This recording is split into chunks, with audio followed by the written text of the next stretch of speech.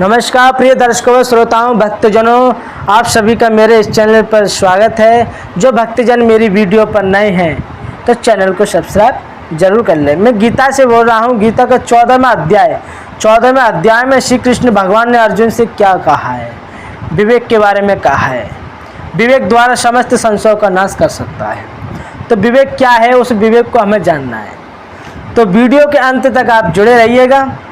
श्लोक है आपका 4 अध्याय के 41वां श्लोक है। तो 41वें श्लोक आप सुनिए। योग शस्यन्य स्म कारणम ज्ञान सच्यन्य संशयम आत्मवंतम न कर्माणिम निवदन्ति धनंजय। तो हे धनंजय, जिसने कर्म योग की विधि से समस्त कर्मों का परमात्मा में अर्पण कर दिया है, समस्त कर्मों का परमात्मा में अर्पण कर दिया। जो कुछ हम कर्म कर रहे हैं, जो कुछ भी नाना प्रकार के जो कर्म कर रहे हैं, वो परमात्मा को अर्पण करके चल रहे हैं कि हे परमात्मा स्वरूप, मेरे अंदर तुम ही हो। मेरे अंदर जो शक्ति है कर्म करने की, वो शक्ति तुम्हारी है, मेरा कुछ भी नहीं है। सो हे परमात्मा, मैं तो कुछ भी नहीं हूँ। जो कुछ मैं कर्म कर रहा हूँ वह आपके द्वारा हो रहा है, तो फिर मैं करने वाला कैसे हुआ? करने वाले तो कोई और है, तुम्हारी शक्ति है, मैं तो कुछ भी नहीं हूँ। समर्पण करते हुए कि जो कुछ हो रहा है, जो कुछ होगा और जो कुछ है वो आपकी इच्छा शक्ति से है, मेरा कुछ भी नहीं है। मैं अपनी मर्जी इसमें नहीं चलाऊंगा। और जिसने विवेक द्वारा समस्त संशयों का नाश कर दिया, विवेक द्वारा ऐसे वश में किए हुए अंतकरण वाले पुरुषों को कर्म नहीं बांधते। जो जीव कर्म बंधन में बंधा हुआ है, तो जिसमें विवेक है तो वो अपने विवेक द्वारा सभी संशयों का नाश कर देता है। ऐसे वश में किए अंतकरण वाले पुरुष को कर्म नहीं बांधते।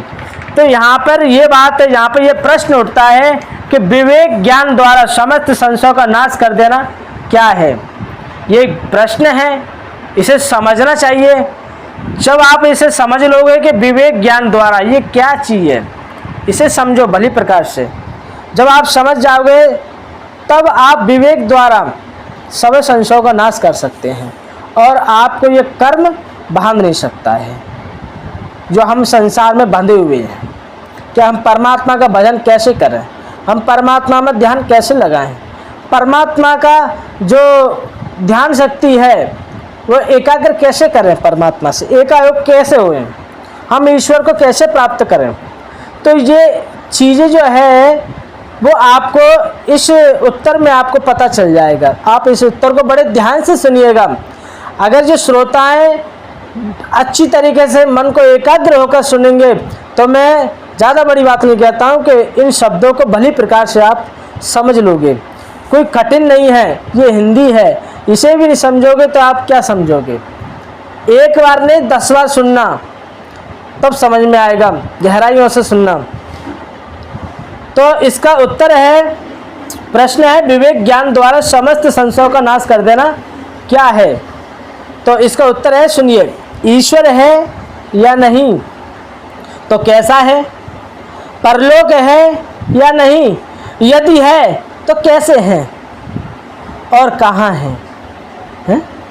शरीर इंद्रियां, अब सुनना, शरीर इंद्रियां जानते हो, जो 10 इंद्रियां हैं, वैसे 14 इंद्रियां होती हैं, पर 10 इंद्रियां, 5 ज्ञानेंद्रियां, 5 कर्मेंद्रियां, मन और बुद्धि, ये सब आत्मा है या आत्मा से भिन्न है।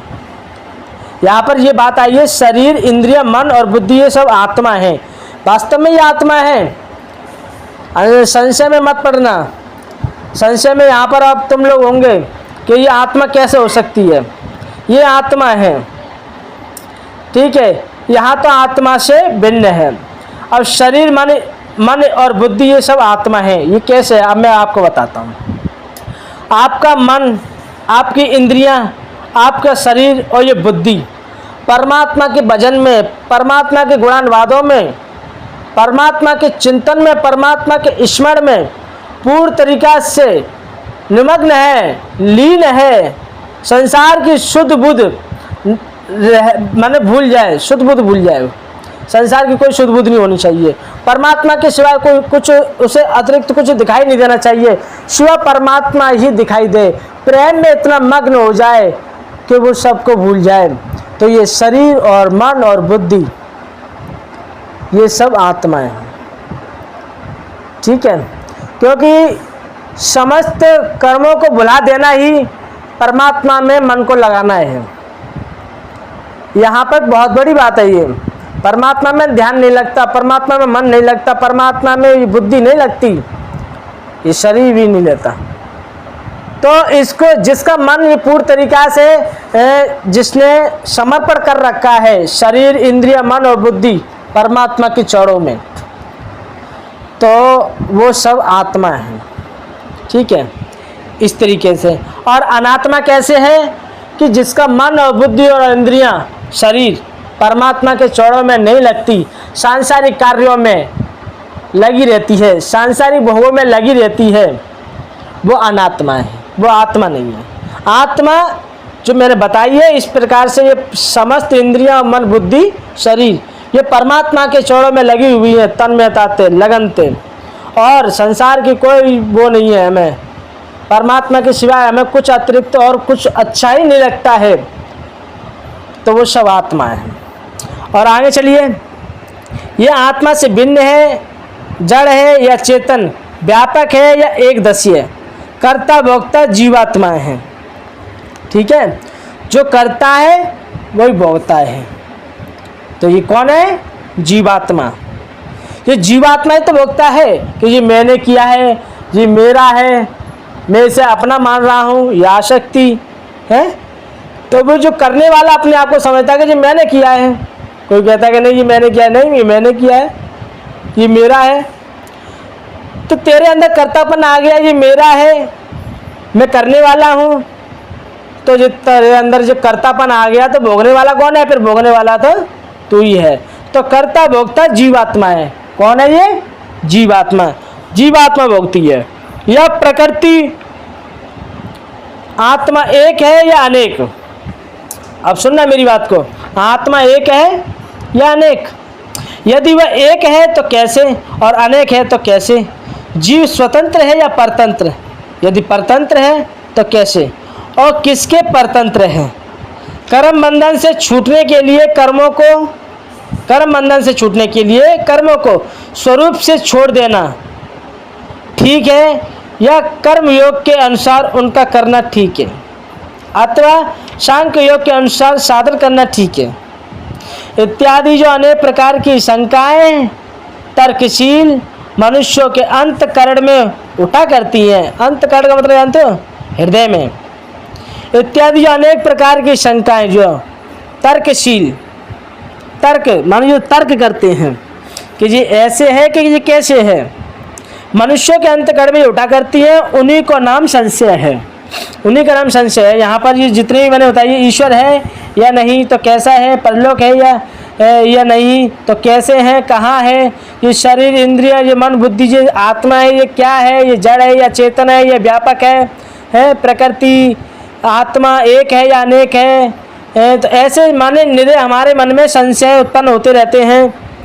तो ये अंतःकरण से उठा करते हैं, इन्हीं का नाम संशय है। इन्हें समस्त शंकाओं को विवेक ज्ञान के द्वारा विवेचन करके एक निश्चय कर लेना, अर्थात किसी भी विषय में संशय युक्त न रहना और अपने कर्तव्य को निर्धारित कर लेना, यही विवेक ज्ञान द्वारा समस्त संशयों का नाश कर देना है।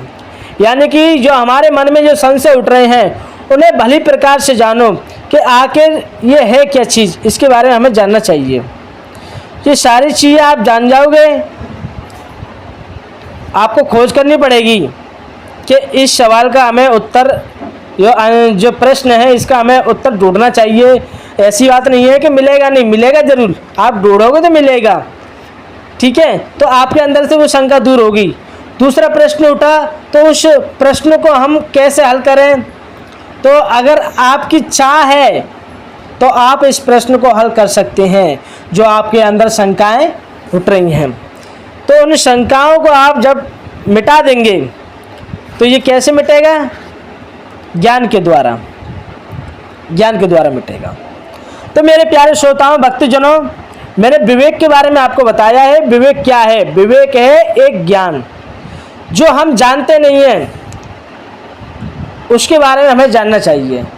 ये शरीर है, हम इस शरीर को लेके आए। ये पहले देखो, दुनियादारी को मत जानो, ठीक है? पहले तो स्वयं को जानो, अपने आप को जानो। क्या हम यहाँ पर जन्म लेके आए? जो हमारा जन्म हुआ तो क्यों हुआ, क्यों आए यहाँ पर? ये प्रश्न नहीं उठता क्या है? ये शरीर है, क्या है ये शरीर?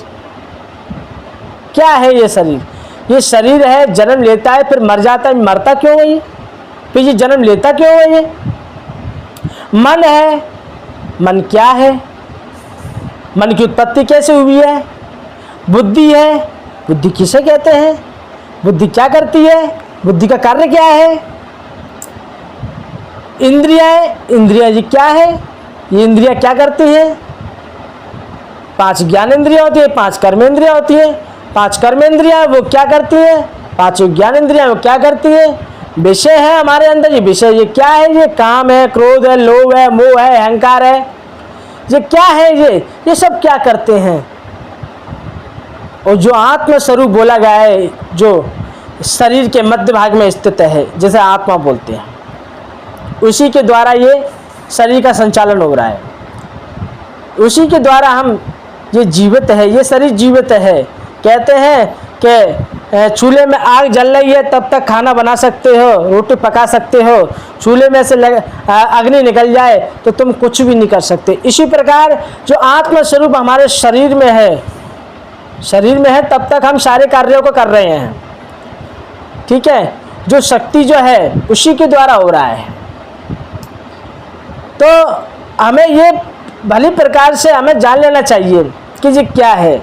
जिसने इस शरीर, इंद्रिय, मन, बुद्धि, चित्त, अहंकार, विषय और जन्म लेना, मरना, ये क्या है, इन्हों को भली प्रकार से जान लेना विवेक कहलाता है। क्या कहलाता है? विवेक। और जिसमें विवेक आ गया, वो विवेक ज्ञान के द्वारा इन संशय को नाश कर सकता है। और इन संशय को जब नाश कर सकता है तो वो परमात्मा को भी जान सकता है। और जिसने परमात्मा को जान लिया वो भगवत स्वरूप हो जाएगा, वो उसी में लीन हो जाएगा। फिर इस देह का त्याग कर देगा और इस संसार को छोड़ देगा। तो मेरे प्यारे श्रोताओं, भक्तजनों, हमारी वीडियो को कैसी लगी कमेंट बॉक्स में बताइए। जय श्री कृष्ण, जय श्री कृष्ण।